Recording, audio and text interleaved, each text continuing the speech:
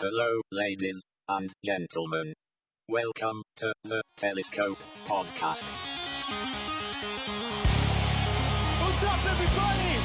Everyone in this place, if you could do a handstand, I want to see your feet up in the air right now. From the ashes a fire shall be woken, a light from the shadows shall spring. Renewed shall be blade that was broken, the crownless again shall be king. Hello, and welcome to the Telescope Podcast, the first episode back from a long hiatus of 11 months, but it's wonderful to be here. My name is Matthew Seipel Anderson, and thank you so much for listening. Well, today we're talking about Star Trek Picard, but first I just thought I would just say hello, get a little reacquainted with everyone out there who's taking in the show. As you may or may not know, my family and I moved from Duluth, Minnesota down to Winona, Minnesota. The locals call this place the Miami of Minnesota, and it's lived up to its name so far. It is warm. In fact, it's summertime, and it is hot and humid.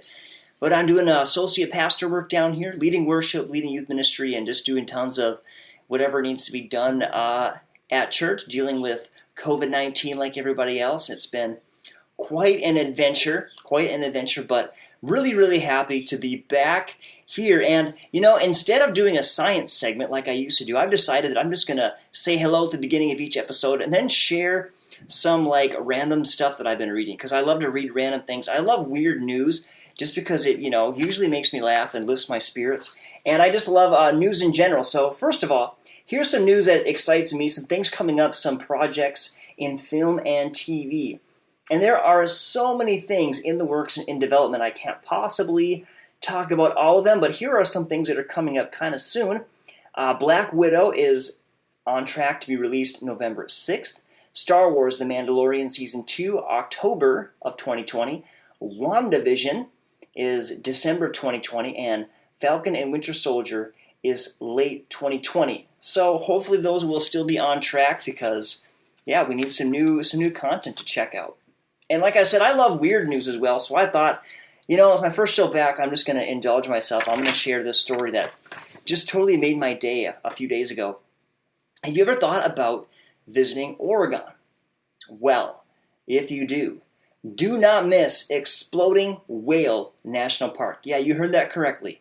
Exploding Whale National Park. The park was recently renamed to memorialize this actual whale that was blown to bits there in the 1970s. In fact, I think it was 1970. So here's the story in a nutshell. A dead whale washes onto the shore. The city workers refuse to cut it up because it is nasty. It is like a multi-ton hunk of rotten nast. And they refuse to cut it up. They were going to bury it, but they decided that wouldn't work either because they thought it would just become unburied and would just still be a problem. So, naturally, the only solution left is to blow it up. Wow. Well, people heard what was going to happen. Tons of spectators came in. They pushed the spectators back a quarter of a mile. People are waiting. They bring in this dynamite. Now, how much dynamite do you think you need to blow up a whale? How much would you guess? I don't really know much about dynamite. How about half a ton? That's right, 1,000 pounds of dynamite they brought. I think they said it was 20 cases of dynamite. So they put this dynamite in place. Everybody's a quarter mile away. All right, 3, 2, 1, kaboom. The thing blows up.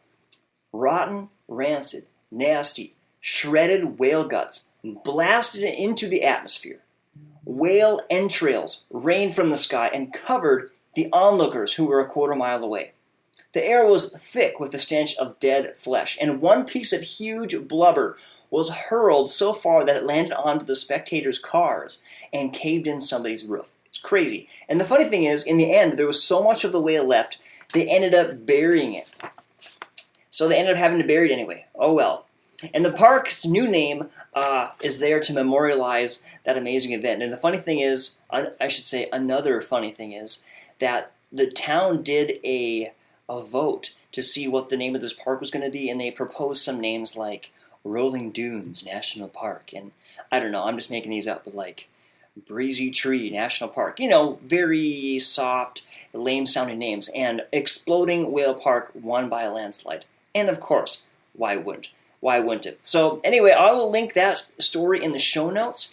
And you can actually see a video of it in the 70s. They had a film crew, and they filmed it. So you can go and check that out. All right, let's get into our feature content, Star Trek Picard. So I had this idea. I'm going to see if it works. I have not even timed this to see if it will work. But I'm going to try, when I do these kind of shows, to do my own personal review really quickly. So I'm going to try to do like a 60-second review. We'll see. You can time me. I'll check it out after. Roughly 60-second review. Here we go.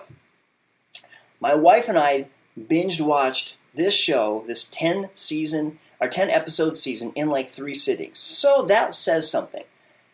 Like Discovery, the look and feel of Picard are a huge leap forward for Star Trek. Okay, the CGI looks great. The phasers look menacing. The fights look like, well, they look like actual fights. They're actually good. The characters were compelling and complex, and I thought the show just did a great job of revealing each character's backstory without losing track of the main plot. I loved having that focused plot that just made the show so binge-worthy, okay? Every episode gave something substantial. There were no fluff episodes or detours. Some of you may miss that from the original Star Trek. There were definitely like these oddball little, random episodes that didn't really contribute much to the plot, but they were kind of fun. Well, this show is more modern. It just has a real streamlined plot, and I liked it. In general, this is a darker, less optimistic Star Trek, which is definitely a departure from the creator Gene Roddenberry's vision. Some longtime fans may not like that aspect of the show. In particular, the character of Jean-Luc is darker, more broody, and disillusioned with the Federation. I can see this being a letdown for massive Jean-Luc Picard fans. A lot of Star Wars fans felt let down by the portrayal of a cynical, disillusioned Luke Skywalker, okay, in The Last Jedi. So you may not like that. I love the deep dive into the character. He is the same Jean-Luc in a new season of life. This time, his enemies are inside as well as outside. Overall, I enjoy Star Trek Picard a great deal, though I have a few criticisms I will hit later. Whew, there you go. There's my quick synopsis of my feelings. Now, I wanted to read this. This is something written by Carlos Miranda. Carlos Miranda. Sorry, Carlos, if you're out there, I just slaughtered your last name. He writes for StarTrekNews.net, and it's really a really great piece, and it's called 7 Things We Loved About Star Trek Picard Season 1. And you can just tell the passion that he has for the show. So here's what he writes. He writes, the season's key triumph was Picard's emotional journey.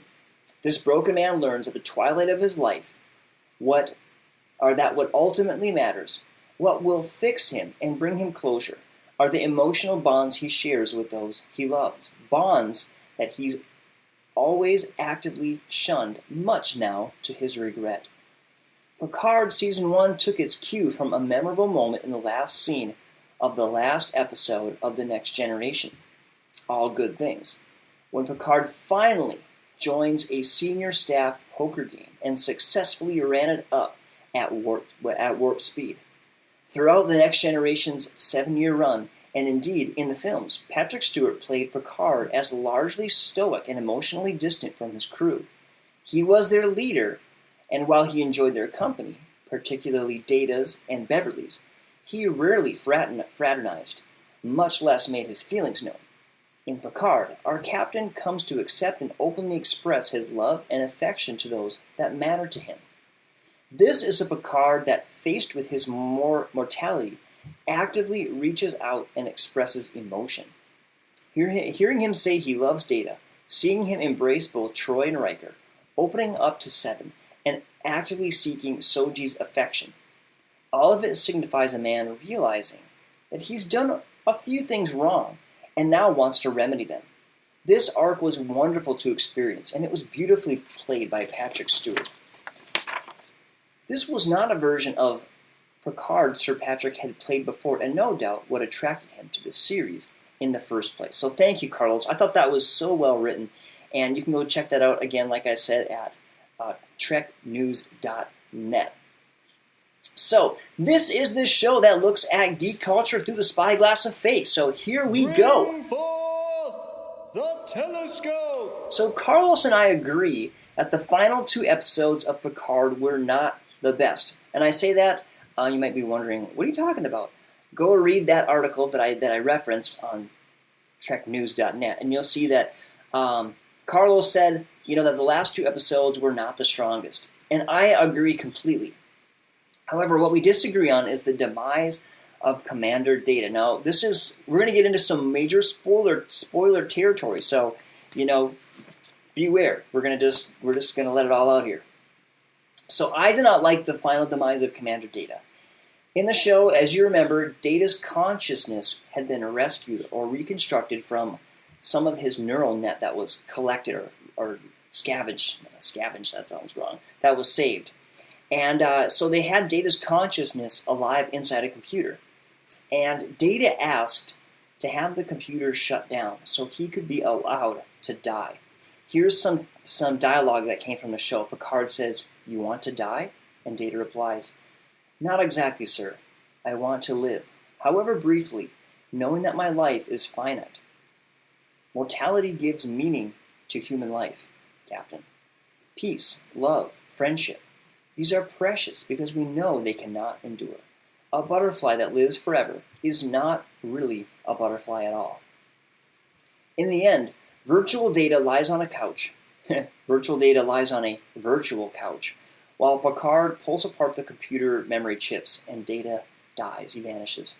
So I, like most viewers, found Data's passing very touching. But for me, it was seeing 2 old friends being parted and just, the memory of this affectionate character that made the scene touching. But it also, and it also brought an emotional resolution for Picard. Okay, so that was good. And it was great art because I thought about it for days. And I think that's just a sign of great art, whether it's a song or a play or whatever it is, a show. When it really kind of gets under your skin and makes you think, I think that's really a sign that it was well done. However, I just didn't like it. And maybe I didn't like it because it was too much like assisted suicide. And maybe that's part of it, but I don't think that's all of it. And honestly, I can sympathize with the idea of Data having sort of a do not resuscitate type of wish. Maybe being inside a tiny computer simulation is the android equivalent to being in a vegetative state or something. If he simply didn't want to be revived, I would understand pulling the plug. But does death truly give meaning to life, as Data says in his conversation with Picard? I don't think so. And I think this was the sticking point. They're kind of saying, or directly saying actually, that death gives meaning to life. And I think that life itself is meaningful, intrinsically. We appear and we affect the world. That's meaning. That has meaning in and of itself. Meaning isn't found necessarily by staring inward. It's found in looking out and seeing ourselves in this great big world. We play a part. Our time on earth touches others. We matter. And I'd go a step further. I believe in God. And I believe ultimately our purpose is ultimately rooted in God, because God purposed me to live. And He made me in His image. And I have intrinsic built-in worth and purpose because of that. That worth is given to me, bestowed on me by my existence, and because it was God who breathed me and made me come alive. Ravi Zacharias used to say that you have value because you are made in the image of God. You will discover your purpose by getting to know the one who gave you that life for a purpose. I'm going to read that one more time. Ravi Zacharias used to say that you have value. You have value because you are made in the image of God. And you'll discover your life's purpose by getting to know the one who made you for a purpose.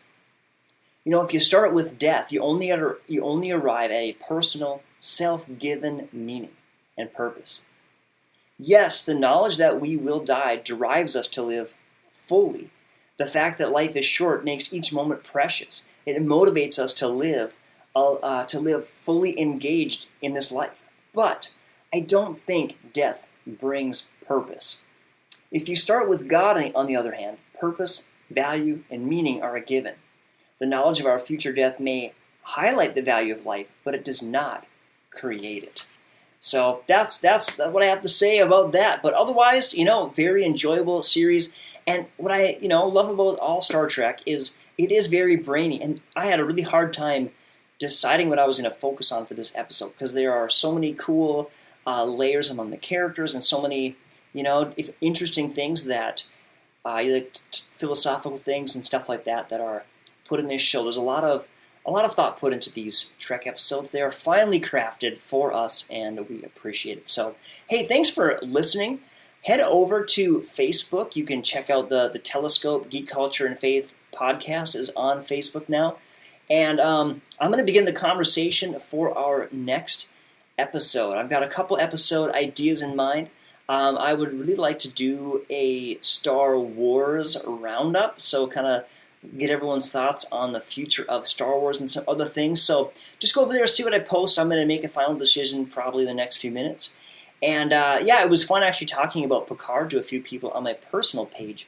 One person, I think it was Mark, I asked him this question because he said, oh yeah, I loved it, loved the show. And I said, well, what if you found out someone that you loved was actually a synth, a synthetic form of life, like an android? Would you still love them?